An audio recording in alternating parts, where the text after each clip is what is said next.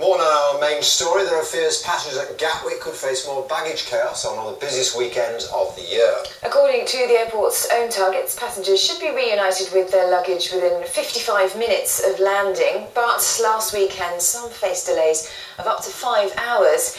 Peter Bellew from Ryanair joins us now. Good morning to you. Good morning. Now, we know that your airline uses Swissport, which is the baggage handlers at the centre of this.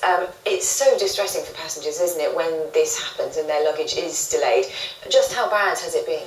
Well, Ryanair's been having a great summer so far with our new customer service changes, but it's quite awful that the failure of Swissport to have enough staff at Gatwick Airport over the last couple of weeks. I think this weekend it probably will improve significantly. The airport has pulled all the stops out, and the airlines and Swissport, to get extra people on the ground. So hopefully people shouldn't panic at this stage. I feel there will be an alleviation this weekend. There have been significant delays to a number of airlines. Thankfully, the majority of Ryanair's passengers, you can take 2 free bags now with Ryanair. You can take a trolley bag and another fairly big carry-on bag. So most of our passengers don't check in luggage now because they've got a free second bag.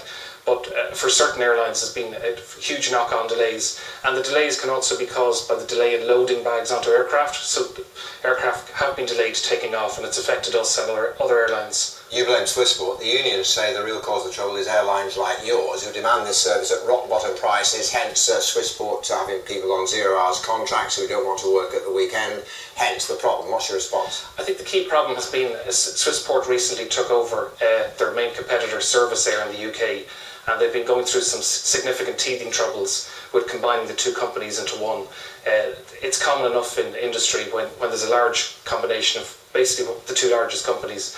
That's put some friction there, and I think it's at a very low level of managing rosters, dealing with the level of overall manning of the operation. Well, this line about, one of the problems was that too many off-schedule flights come in. By that they meant too many flights coming in a bit late, too many flights coming in a bit late. That happens at airports. It does, yeah. So anyway, they only land one at a time. Yes, no, that's not a valid excuse at all. And Ryanair operates punctuality. Our punctuality is more than 90% throughout the UK all the time, so that isn't a valid excuse. Will you keep using them, Swissport? We use Swissport throughout the UK. We have had ongoing negotiations with them. We met their CEO in the last 10 days and we've told them how annoyed we are.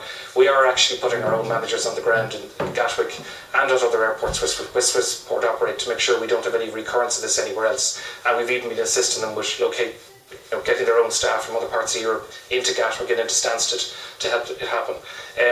I wouldn't say we'll get rid of Swissport, but we'll work with them to try and solve the problem. What compensation can passengers get if baggage is delayed on Ryanair? It depends. We have had very, very few of our own passengers who've had any bags delayed or misplaced, but different airlines have different policies, and we'll move heaven and earth to get people's baggage to them if it gets delayed when they're on their vacation. We hope the situation will be relieved. Slightly extra staff have been brought in, as you rightly say, at Gatwick. Gatwick can provide some, Swissport have provided some too as well, so hopefully you won't be too delayed by the baggage situation there if you're going over to Gatwick this weekend. Thank you very much for being with us. You're welcome.